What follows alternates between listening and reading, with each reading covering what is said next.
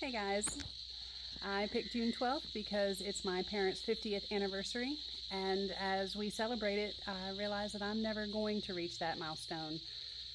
My own marriage ended almost 2 years ago after over 15 years together, and divorce left me with a lot of self doubt, insecurities, and questions as I worked to redefine my identity and envision a different future than the one that I had planned.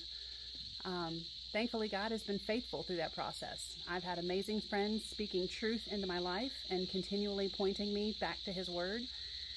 My relationship with Christ has continued to grow and deepen. As my therapist and I worked to reframe some of the unhealthy beliefs that I carried about myself, it became necessary for me to start speaking up for myself. And eventually that led me to leave my job in search of a healthier environment.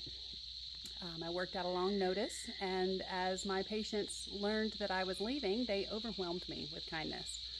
During my final week, I was surprised with a message board filled with notes from patients. Many spoke about the joy I brought to our interactions through a smile, a positive attitude, or simply showing up each day ready to serve. But one message stood out. It came from a patient I'd only known for about 3 months, and they wrote that my kindness had softened some hardness within them.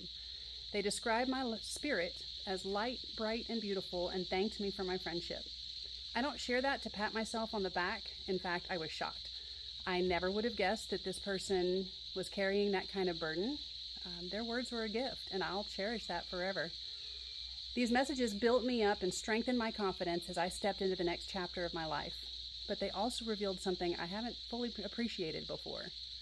While I was busy questioning my purpose and wondering what God has next for me, He'd already been using me right where I was. And that's what Couch to Calling means to me. Most of us are waiting for God to hand us a grand assignment while overlooking the people He has already placed directly in front of us. We may never be called to another country or to stand up on a stage, but we can encourage someone who is struggling. We can sit with someone who is grieving. We can offer kindness in a world that desperately needs it. And we can love the person right in front of us. I've been told before that one of my gifts is bringing joy.